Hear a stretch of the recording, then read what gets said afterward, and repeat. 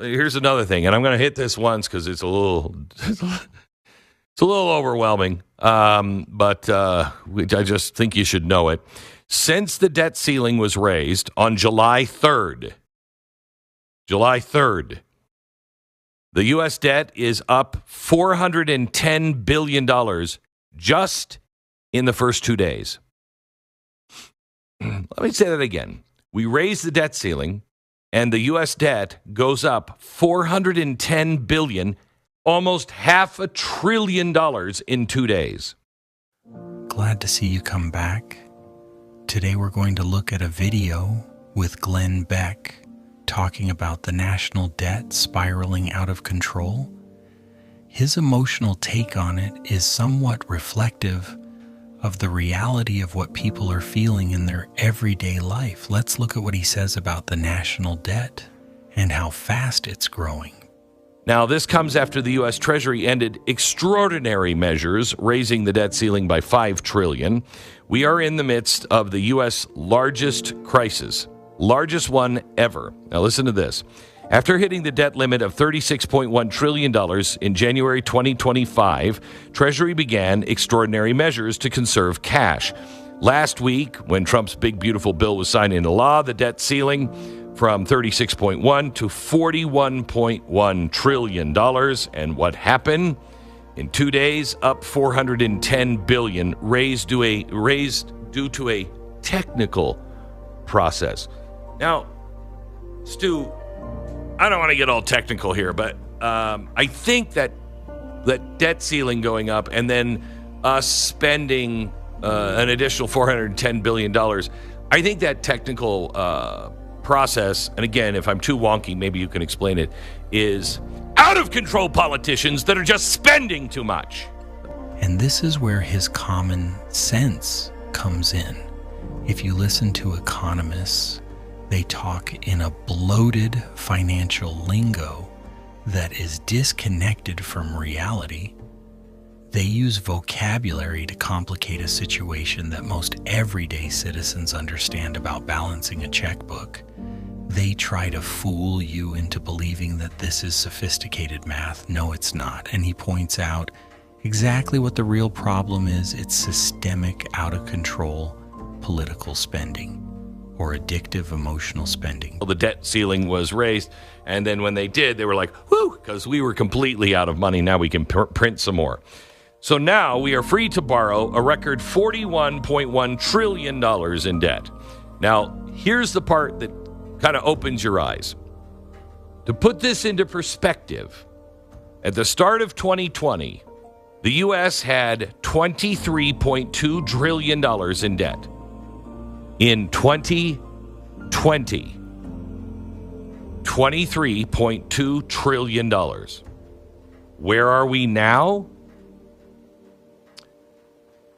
Well, we just moved that debt ceiling up to $41 trillion because we're at $36.1 trillion. With the new limit, we will mark $17.9 trillion increase since 2020. That's a 77% increase in our debt. You can see the bewilderment on his face because he's trying to wrap his head around this absolute insanity of fiscal obesity. Just to go back and reiterate on what he said, in the beginning of July, when the debt ceiling was raised, the national debt jumped up nearly $500 billion just within a few days. This is again why he is pointing out that from 2020 until now, the debt has jumped up more than 70%. This is an astronomical number. It's hard for a lot of normies to wrap their head around what they're seeing. But one thing is clear, this is an unsustainable catastrophe. Have you thought of it this way? At our current pace, we're going to reach the new debt ceiling much sooner than expected. The Treasury posted a $316 billion budget deficit in May. That's the third largest in record.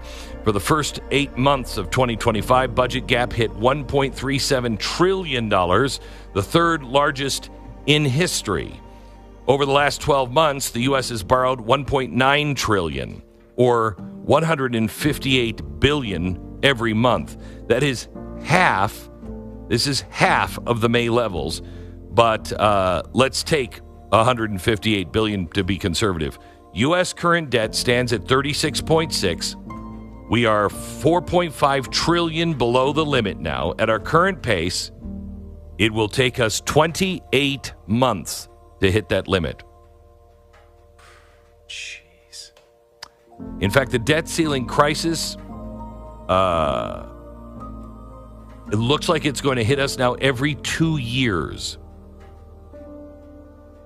The debt ceiling is hit faster than it can be moved. From June 2023 and October 2021 were the last debt ceiling crisis. The U.S. budget deficit is averaged 9% of GDP over the last 5 years, but over the last 12 months, the budget gap has hit 7% of GDP. That is higher than during 2001 or any of the 1980 recessions. We now spend $7.1 trillion, 24% of our GDP. We have a spending problem. That's our problem. Again, he's pointing out exactly what this is. It's obvious to those who can control themselves, but to the financial, governmental system that is bogged down by bureaucracy, the entrenched, habitual, toxic expenditures is normal. This is why they can't even keep up with it, and why the debt ceiling is hitting harder and faster now. This is a spending problem. It's a structured-wide problem. It's a system-wide problem. It's an embedded legacy problem. The system is so out of kilter that it incentivizes out-of-control expenditures. The U.S. spent a record of $1.2 trillion on interest expense alone. That's more than the total spending on defense, Medicaid, and the Veterans Program. At our current pace, we're set to see U.S. costs exceed $2 trillion within a matter of years.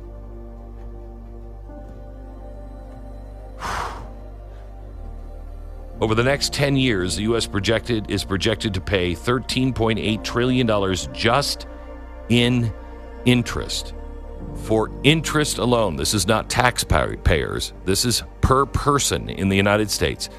For interest alone, we are now on the hook for $40,500 per person just for the interest. This is 4 times Social Security cash deficit in the next 10 years, 5 times the cost of 403 U.S. weather and climate disasters since 1980. 403 weather and climate disasters. It's the cost of 403 of those. Sorry, it's 5 times the cost of those since 1980. The fact that he is showing so much emotion in connection with this shows that he understands the dire situation of this and how this is going to affect every single person that is beholden to this debt, which are the citizens. This also flies against the narrative of those who supposedly preach against wasteful spending, like Social Security, Medicaid, and food assistance. Those programs on the surface may seem like wasteful spending, but some argue that it's a stabilizing force for healthy society. But you cannot argue that spending trillions upon trillions on just interest payments is the ultimate form of wasteful spending. It's not even paying down the principal. It's literally throwing money in the air, catching it on fire, then looking at it as if it's fireworks. That's how wasteful it is. I just want to Just want to start there. Wake up to your situation. People are arguing about all of the wrong things right now, and we think we are skating, and we think that this just can last forever. It's not going to last forever.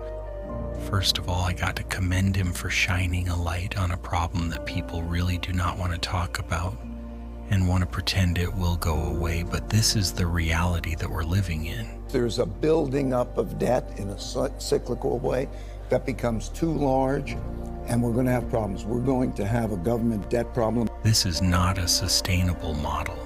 In fact, this is financial insanity. He's right by concluding this isn't going to last forever. You may ask then, what are we to do? The first step is to be informed. Free yourself from the notion that this is a sustainable outcome. Do your due diligence of what you need to do to make sure that you are financially isolated from the bipolar financial disaster that's playing out in real time. Watching videos on this subject is also preparation. In conclusion, he's right. People are thinking and focused on the wrong thing. Stop chasing distractions and focus on the things that are right in front of you that can change your life in ways that you may not want to.